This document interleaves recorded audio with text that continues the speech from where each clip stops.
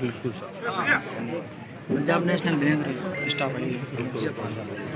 सबसे पहले तो दो तीन जोरदार जयकारे लगाए।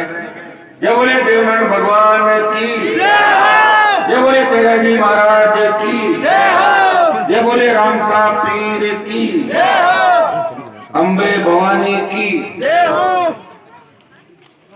श्री देवनारायण भगवान मंदिर मूर्ति प्राण प्रतिष्ठा समारोह जो आपने आयोजित किया, समस्त गोस्वाल गुजर परिवार गोस्वालों की जानी अछड़ा। मैं आप सबको आयोजनकर्ताओं को और जिनके सहयोग से इस मंदिर का निर्माण हुआ। मैंने पिछली बार आपको भी कहा था, तब भी आप लोग मंदिर बनाने की बात कर रहे थे। अल्प समय के अंदर मंदिर बना के आपने संदेश दिया। हम वो मजबूत कौमें हैं जो चाहते हैं वो करके दिखाते हैं। हम सरकारों की तरफ नहीं देखते, हम मंदिर खुद का रास्ता खुद ही तय करते हैं। मैं धन्यवाद दूंगा हमारे दिलीप सिंह जी पोसवाल जो सरपंच प्रतिनिधि है, सरपंच अछड़ा भाई पारस गुजर, सरपंच रजरानी, राहुल पोसवाल, आपके बादल जी रजलानी, बद्रीराम जी धाबाई, मेहराम जी, रामनिवास जी और समस्त पोसवाल परिवार और जिला परिषद की सदस्य छोटी बहन मंजू, उपस्थित मेड़ता के पूर्व एमएलए साहब, प्रधान जी, सम्मानित मंच, मौजूद बुजुर्गों, नौजवान साथियों, मेरे छोटे भाइयों, मैं आपको धन्यवाद दूंगा। इस कार्यक्रम के अंदर आपने मुझे आमंत्रित किया। मैं थोड़ा जल्दी में था। आज मेरा पर्वत क्षेत्र के अंदर एक तेजाजी का मंदिर का कार्यक्रम है, 2-3 प्रोग्राम हो रहे, जनसुनो का कार्यक्रम रखा है, इसलिए मैं बीच में ही खड़ा हो गया। आप सबसे माफी चाहते हुए मैं जल्दी में हूँ और आप मेरी परिस्थिति समझेंगे, लेकिन मैं एक ही संदेश आपको दूंगा कि भगवान देवनारायण ने जो संदेश इस व्यवस्था उस देश को दिया,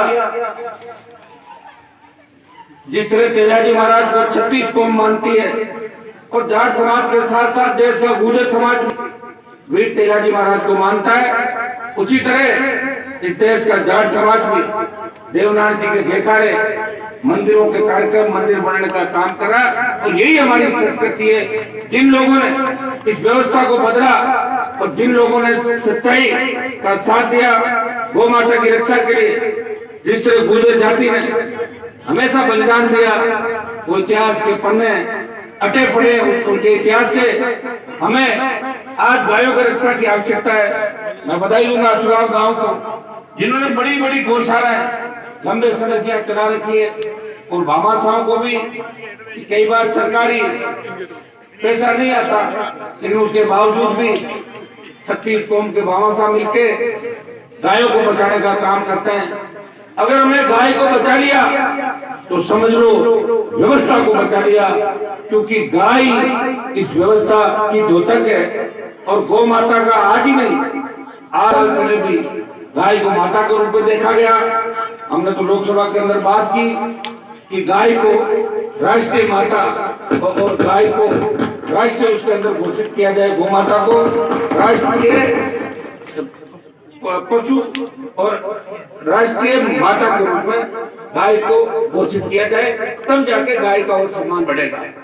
अभी आप देख रहे हैं जो हालात है, आज लोगों को धर्म के प्रति ज्यादा आस्था बढ़ी। लोग ढाणियों के अंदर, गांव के अंदर, खेतों में जा रहे थे, अपने लोक देवताओं के, अपने बुजुर्गों के, शहीदों के मंदिर भी बना रहे हैं, कार्यक्रम के आयोजित होते हैं। और आज से 20 साल पहले पैदल यात्रु बहुत कम जगह पे जाते थे, लेकिन आज आप देखेंगे चाहे देवनारायण जी भगवान का मंदिर हो, चाहे सालासर बालाजी का हो, चाहे तेजाजी का हो, चाहे राम साहब पीर का हो, लाखों श्रद्धालु पैदल यात्रा करते हैं।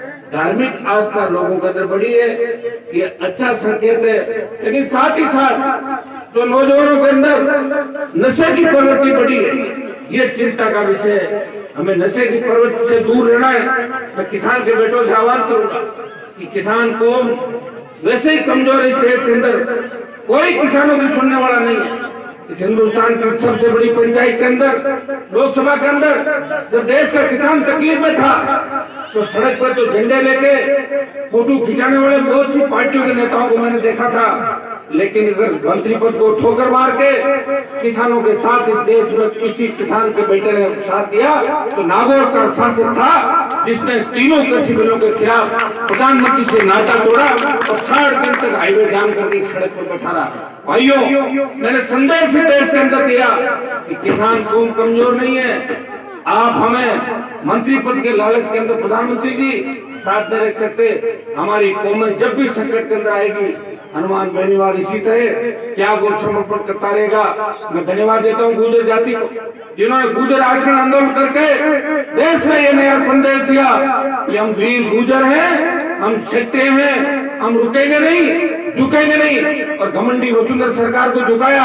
और हरियाणा के अंदर जाट आरक्षण आंदोलन में, और ये इतिहास के अंदर दो ही बड़े आंदोलन हुए, गुर्जर आंदोलन राजस्थान और जाट आरक्षण आंदोलन हरियाणा, जिसके अंदर मिलिट्री को भी पीछे होना पड़ा था। मैं धन्यवाद देता हूँ दोनों जातियों को और तमाम उनको जो हमारे साथ कंधे से कंधा मिला के खड़े। आज शिवसर का विधायक आप लोगों ने मुझे बनाया, मेरे पिताजी को लंबे समय तक वोट दिए। और इस संसदीय क्षेत्र में जिन लोगों का कब्जा लगातार था, वो लोग यह राज करते थे, जो भाषण दिया करते थे कि ट्रेन आएगी तो चोर आ जाएंगे, पानी आएगा तो आपके घर इसका नहर का पानी अगर उसमें घासें तैर रही, पानी गंदा होगा, बच्चे पड़े। उन भाषणों से जिन लोगों ने इस नागौर को कमजोर किया, उन्हें नागौर से बाहर का रास्ता अगर किसी ने दिखाया तो आप इस भाई ने उनको नागौर से बाहर का रास्ता दिखा के और उनको घर बिठा दिया। और एक आध अगर कोई लेकिन 2023 के अंदर इस जिले में नहीं, पूरे राजस्थान में व्यवस्था बदलनी है। भाइयों, नौजवान तैयारी करके पेपर देता है और पेपर बाजार में बिक जाता है। अभी रीट का एग्जाम आपने देखा होगा कि किस तरह मुख्यमंत्री हाउस से लेके मंत्रियों पे सब लोगों को आरोप प्रत्यारोप लगे, और जो मेन व्यक्ति था वो भाग गया, उसको पता ही नहीं, जिंदा है मार दिया किसी ने, क्या पता उसका, ढूंढेंगे तो पता लगेगा। हर पेपर आउट होगा, पटवारी का पेपर, जैन का पेपर, एसआई का पेपर इस तरह बिकते हैं जैसे एक जमाने के अंदर उत्तर प्रदेश और बिहार के अंदर कोई सी भी डिग्री और कोई सा भी पेपर लेकर दो। भाइयों, अपराध भी हालात है कि हमारे बच्चे बच्चियां जब घर से निकलते शाम तक घर नहीं पहुंचते, चिंता हो जाती माँ बाप को कि बेटा बेटी घर क्यों नहीं पहुंचा। एक अनजाना डर इस राजस्थान के किसान जवान को सता रहा है। हम धानियों के अंदर बैठे लोग, हमारी सुरक्षा कौन करेगा? हमारी बेटियां सुरक्षित नहीं राजस्थान के अंदर। ये राजस्थान जो एक जमाने के अंदर अपराध में 23वें नंबर पर था, आज उत्तर प्रदेश को आगे पीछे छोड़ते हुए महिला अपराध के अंदर राजस्थान 23 नंबर पर आ गया और बालिका अपराध में, बाल अपराध में 5वें नंबर पर आ गया। भाइयों, हमें मिलके व्यवस्था को बदलना है और व्यवस्था बदलने के लिए अब देवनारायण जी भगवान हमारे बीच नहीं आएंगे, उनका आशीर्वाद और उनके संदेश से हमें इस राजस्थान के अंदर 2023 में इन बड़ी पार्टियों को जिन्होंने 70 साल या राज किया और दिया क्या हमें बेरोजगारी, बिगड़ी हुई कानून व्यवस्था, थानों की पुलिस की गुंडागर्दी, आम आदमी सुरक्षित नहीं, सड़क नहीं, पानी नहीं, बिजली नहीं और रोजगार नहीं, ये सब किसने दिया? जो सत्ता में रही पार्टियां। मैं आपको विश्वास दिलाता हूं, जब सड़क पर रहते हुए भी सरकारों से लड़े थे और कोरोना की वजह से बड़ी लड़ाई हम वापिस नहीं लड़ सके, लेकिन शीघ्र ही जोधपुर से बड़ा ऐलान करेंगे, हम राजस्थान की सरकार को घेरेंगे, आवश्यकता पड़ी दिल्ली जाएंगे, किसानों की संपूर्ण कर्जा माफी, फ्री बिजली, टोल मुक्त राजस्थान, बेरोजगारी भत्ता, रोजगार, मजबूत रोजगार और कानून का राज राजस्थान के अंदर है।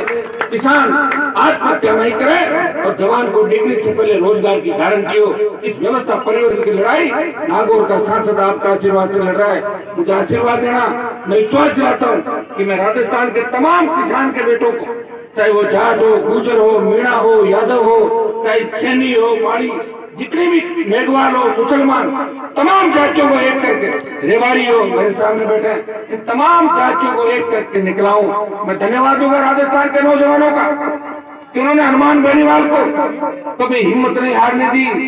जब भी मैं कमजोर पड़ा, आवाज आई शेखावाटी की धरती से, बाड़मेर से, मेवाड़ से, हनुमान जी आगे बढ़ो, आपने अगर हट गए तो इस राजस्थान को बचाने वाला कोई